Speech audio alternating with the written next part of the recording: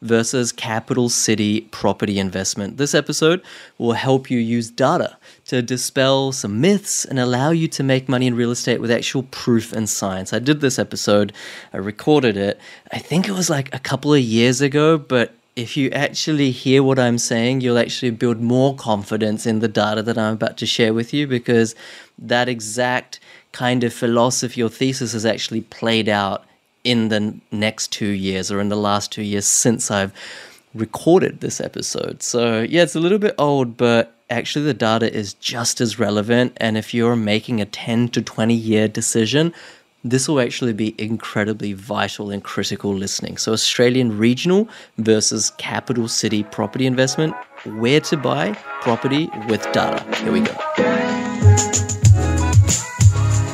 Welcome to the Oz Property Investment Mastery Podcast. My name's PK and I help busy people build passive income by buying top 5% growth and cash flow property and build a portfolio using data without wasting months doing research, spending weekends at inspection or catching flights, or dropping $10,000 to $20,000 on buyer's agents every single time. So if you're confused, lack confidence, and just overwhelmed with all the information and marketing misinformation available online and don't know where to start, then this show is for you. So many of you think that, oh, look, I really do want to buy somewhere else, but it's huge risk. You know, Sydney and Melbourne are the biggest metropolitan cities in Australia. Jobs are always going to be the most there. Immigration is always going to be the most there. Do I really want to put my hard-earned money in places other than Sydney, Melbourne? Is that really a good use of my investment dollar? So let's go through some statistics. So let's rewind back up, right? I'm just looking at my notes here. So let's look at median capital city house prices. And I'm going to go through the house prices from 1990 to 2019, all right, and give you the average growth. So Sydney, in 1990, the average median house price was $194,000, and in 2019 was $808,000. The growth on average per year was 5%. Melbourne, $131,000 in 1990. In 2019, so 20 years later, was $645,000. That's 5.7% average growth. Brisbane, 113 to 493, 5.2% growth. Adelaide, 97 to 434,000 from 1990 to 2019. 5.3% average growth. Perth, 100,000 to 446,000, average growth of 5.3%. Hobart, 82 to 457, average growth of 6.1. Darwin, 101 to 416, average growth of 5%. Canberra, 120K to 600K, average growth of 5.7%. What you're noticing here is all of these are capital cities. All of the growth, the average growth has been between 5 and basically 6%. In fact, Hobart has been the best performer, 6.1% average growth over the last 20 years. The worst performer, I'm scanning down, the worst performer, get this, don't fall off your seats, is Sydney. Right, so for all of you guys who have immigrated into Sydney, or you live in Sydney and you're like, this is the biggest city in Australia, this is where I should be investing in properties, this is the one that's going to do the best over the long term, you know, I can't make a mistake. Well, I mean, the reality is that it has been the worst performing city out of all capital cities in Australia over the last 20 years. Where is this data coming from? I'm not making this up. This is the Australian Bureau of Statistics. And sorry, I just want to correct. It's not 20 years of data, it's 30 years of data. 1990 to 2019 is 30 years, basically.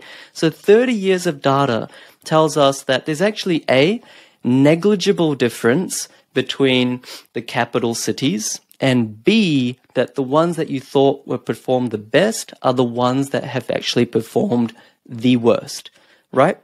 So I just want you to connect with that point. It's all just based on data. I always say, don't listen to me, I'm just another expert. The data is what's important. So if you're you're only thinking of buying in Sydney and Melbourne because that's your cognitive bias. That's what your friends are telling you. That's what the media is telling you. That's what your family is telling you. That's where you think the jobs are created. That's where you think the immigration happens. Well, all of that may or may not be right. I don't really care. The data says otherwise. You should not just look at Sydney and Melbourne, all right? And look, most of our media, most of the noise that you hear in property circles is originating from people in Sydney and Melbourne. So, you know, there's a fellow called Michael Yardney, great guy, very experienced, and there's so many people like that. Google him. He's a good guy. But you'll see that all they talk about is buying in Sydney and Melbourne or capital cities as close to the CBD as possible. Those are all just myths, and the data completely proves them wrong. So what I want to do now, with your permission, is I want to go through not just the last 30 years of data, but the last 5 years of data. So this is between 2015 to 20. All right, so it's a little bit old, you could say, but it gives you 5 years of data. And let's see the capital growth across different cities. Because you might say, PK, what you've just quoted was 30 years of data. Who knows what's going to happen in the last 30 years? This is what's happened in the last 5 years, and so it's giving you more relevance. So I'm going to go around the country, and I'm going to give you some hotspots. I'm going to give you some locations that you may want to invest in as well. But I'm trying to illustrate the point that it's not just Sydney and Melbourne that grow. So let's go. In the last 5 years, so let's say 2015-16 onwards, Mildura has grown by 25%, and this is Victoria. In Victoria, Mildura 25%, Shepparton 25%, Bendigo 21%, Ballarat 41%. 41%, 5 years, guys. Melbourne, 37%, so good growth, but dwarfed by Mildura. Geelong, 44%. So already out of the ones that I've mentioned, half of the locations have beaten Melbourne in Victoria. And Warrnambool, 22%. All right, so hope you're getting the idea that it's not just Sydney and Melbourne that actually grow. Like, I've done so many videos on principles, guys. Here I'm just going into the data. Now let's look at Hobart and Tasmania. Burnie has grown by 26% in the last 5 years. Launceston by 32%, like 32%, and it continues to grow. Right, Hobart, 55%. I remember when we were investing in Hobart around 2015, 2016, and even I had to convince my clients. I was sort of saying to them, look, the data looks really good, and they're like, PK, like, are you really telling us to invest in New Zealand? I was like, Hobart is not New Zealand. I know it's not on the mainland, but the data looks really good, and here's why. You don't need to be, an expert. You just need to follow an algorithmic system.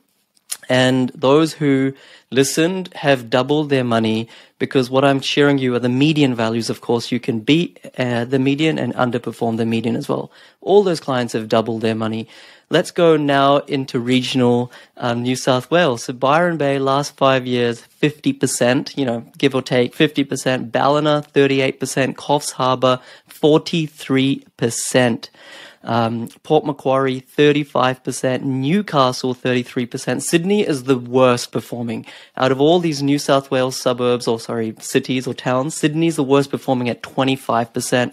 Orange, 36%. Griffith, 41%. Like, Wagga Wagga, a little bit less, 18%. Like, hopefully this is making sense to you. This isn't me just bringing out some statistics out of thin air, trying to prove a point that doesn't matter. The point that I'm trying to hit home is that both in the long term and in the recent short term, these capital cities have underperformed. Now, I'm not trying to get you to invest in regional areas, but I'm just trying to lift the lid, look up and out, beyond your myopic thinking, to really understand what is possible. Because what is possible in these areas outside of Sydney, Melbourne is positive cash flow, which you can't get in Sydney, Melbourne. Plus, they're outperforming their Sydney, Melbourne suburb counterparts in terms of capital growth. Like, what else do I need to say? Anyway, let's carry on, right? Let's look at, now let's kind of look at Queensland, which hasn't performed that well. So it's not a case that PK said you should invest in regional areas. So let's put our blinkers on and just invest anywhere regional. Let me give you some bad examples. Cairns, 6.1%. Townsville, negative 8.6%. Mount Isa, negative 40%. Gladstone, negative 20%. Now, guys, these are some bad stories. There's also some good stories in Queensland. Sunshine Coast, 25%. Gold Coast, above 20%. Brisbane, 15%. Right? So, in Queensland, you have areas that have performed worse than Brisbane and areas that have performed better than Brisbane. So what's the whole point of me saying this? The whole point of me saying this is that A, you can outperform Sydney and Melbourne in terms of growth. B, that outperformance can not just last 1 or 2 years as a bit of a blip, but over the short and super long term as well. C, the positive cash flow story that you can't get in Sydney, Melbourne is available in these other areas. So don't, discount them. And lastly, D, or number 4, is that you can't just go out and do this willy-nilly. Not all areas in regional will perform. So you need to follow the data system, very specifically and very accurately. What I teach my clients is not a magic algorithm that just works, regardless of who you are, but it's algorithmic, right? It's not a magic system that you put your first and last name in and your date of birth and it spits out an answer, but it's systematic, right? And you don't need to be on the ground 60 hours a week to really do this stuff. Everything's based on the data, and you can do that in 3 or 4 hours. But let's come back to the data points, right? Now, I know what you're thinking. You're saying, PK, you talked about positive cash flow slightly, you talked about growth, but what about vacancy, regional areas? Who even lives there? Like, what even jobs are created there? How do we know that the place isn't going to be empty? Sure, our money can double in 10 years, but what if we don't have tenants for 2 of those years, or 1 of those years, or 3 of those years, or 5 weeks every year? Let's dispel that myth, not based on my opinion, but based on data right now. Okay, so let's get into it. I'm going to talk to you now about vacancy rates. All right, let's do that right now. So vacancy rates, and I'm picking the absolute worst time to be quoting this stuff, because I know what you sometimes think. You think that, a lot of these property commentators, they pick and choose data points that suit their story, that suit their agenda. You can manipulate data to show anything, really. A statistician is often called a journalist because he can pick and choose data points to craft a story that the unsuspecting viewer or reader doesn't really understand, therefore just accepts. Now, I'm not trying to do that. I'm giving you the worst month in which to quote vacancy rates, and that was in the middle of the pandemic in 2020. June 2020, we're smack bang in the middle of COVID-19. June 2020, across Australia, worst time in property, apparently. Let's go around and quote some vacancy rates. And remember, when you hear a vacancy rate that's less than 2%, that means that demand is actually stronger than supply in the tenant market. That means it's really easy to get a tenant. That means rents are rising.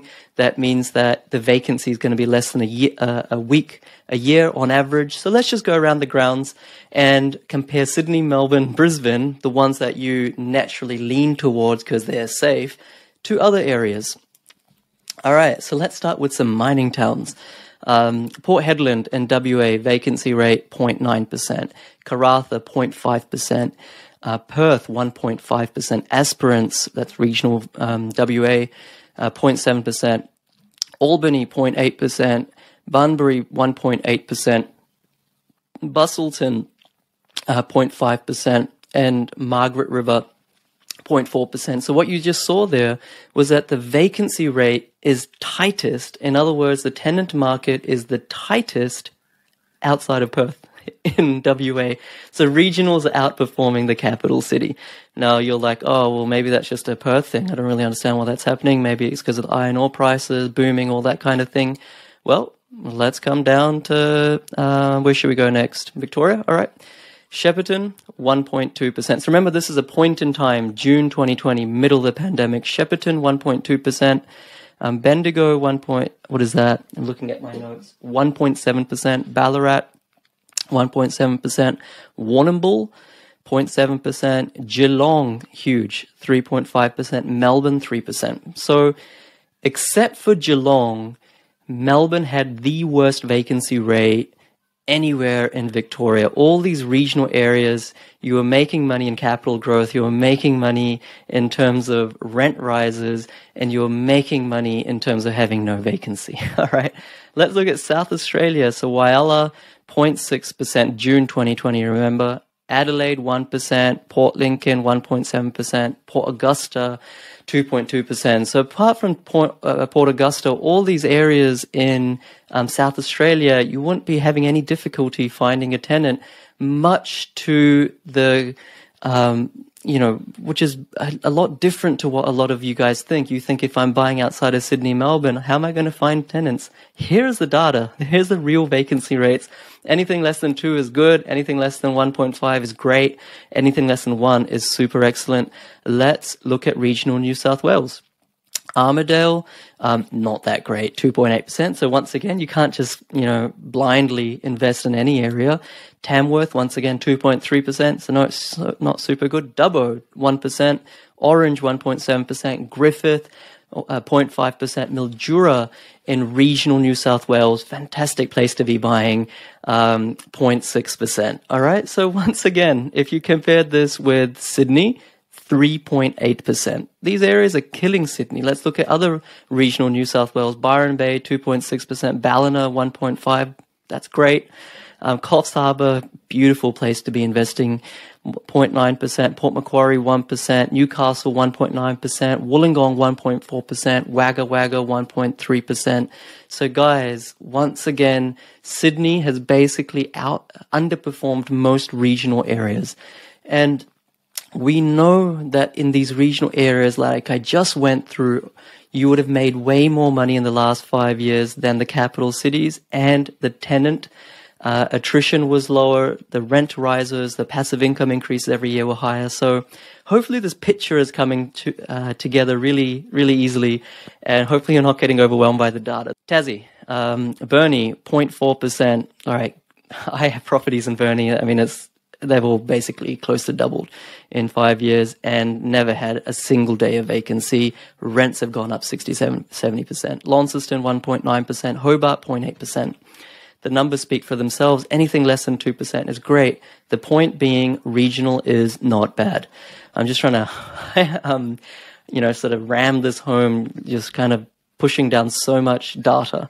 Now, Queensland's not perhaps as good in terms of capital growth over the last 5 years, but let's look at the vacancy rates. So Cairns, 2%, Townsville, 0.6%, Mackay, 0.8%, Rockhampton, 0.6%, Gladstone, 1.6%. Remember, this is June 2020 data.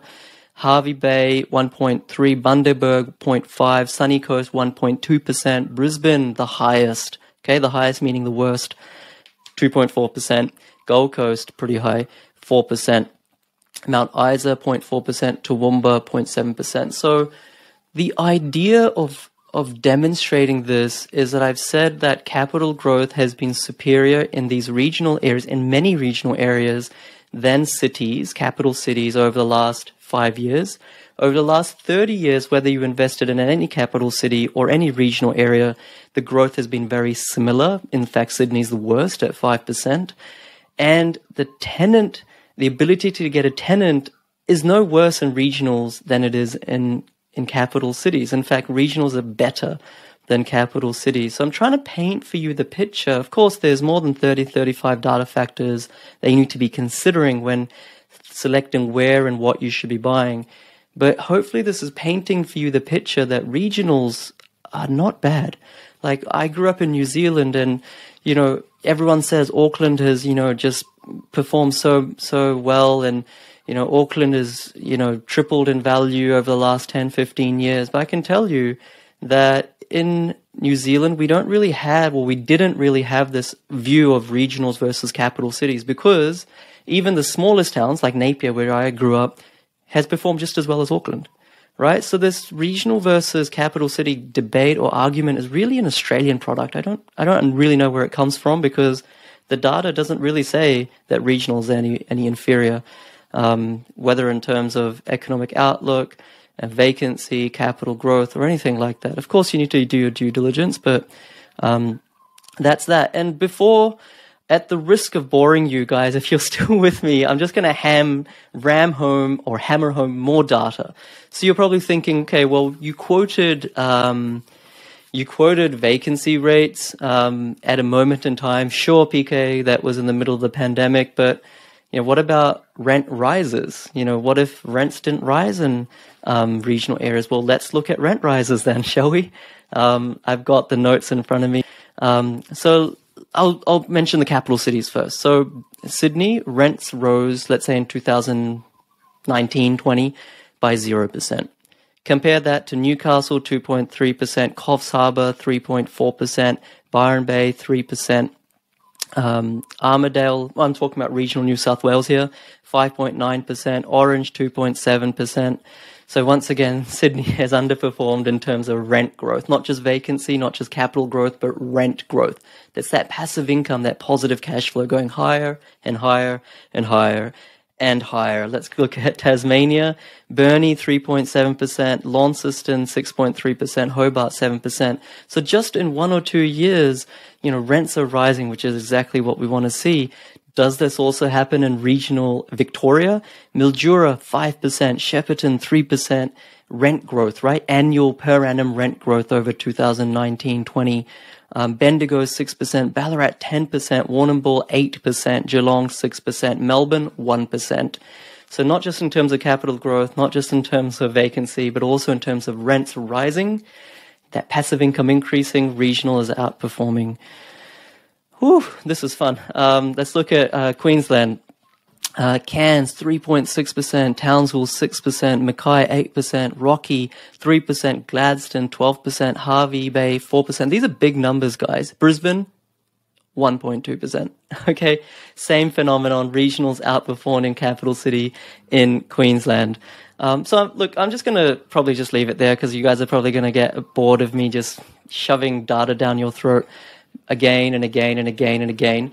But the last analogy that I want to leave you with, and I'll stop looking at my notes. The last analogy that I'll leave you with is capital cities and regional towns in Australia are like two tennis balls. Think of one tennis ball as capital cities and the second tennis ball as regional towns or regional centres, whether they're big ones like Newcastle or Geelong or smaller ones like Bendigo or Ballarat. Now, think of these two tennis balls as connected to each other on a string. When you take one tennis ball and you throw it up, then naturally the other tennis ball follows. Maybe it's a bit delayed, but it follows, right? And then when the first one, because of gravity, starts coming down, the second ball, because it's connected by a string, also starts coming down. That is how regionals and capital cities work. Capital cities will rise in value, and then because of the affordability story, people start going to regionals, and then regionals start growing in value. And then capital cities start coming down, and regionals still might be going up, but at some point they start plateauing or flatlining. They may or may not come down. So over the long term, the two tennis balls, because they're connected to a string, they perform very similar levels in terms of capital growth, right? So anyone who says investing in regional is more risky, just blindly more risky, that is not true. The two tennis balls are connected. It's about timing. Which tennis ball do you want to go with? So let's say in 2010 to 2015, you should have, gone with the capital city tennis ball. Now it may be better opportunity to go for the regional tennis ball in terms of capital growth. But the idea is that they will perform very similarly over the long term. We want that 50, 150K bump in capital growth in the first year, 2 years. We want to have it while buying positive cash flow properties. You can still do that in capital cities right now, but you can also do that in regional areas. So hopefully this helped you, for those of you who are priced out of the Sydney Melbourne market, to expand your horizons and just really by understanding data, quench your thirst for filling yourself with confidence that actually I can do this outside Sydney, Melbourne. Hopefully that was valuable, guys. There was a lot of data. I'm pretty tired. My name's PK. I hope you have a fantastic day. Catch you later.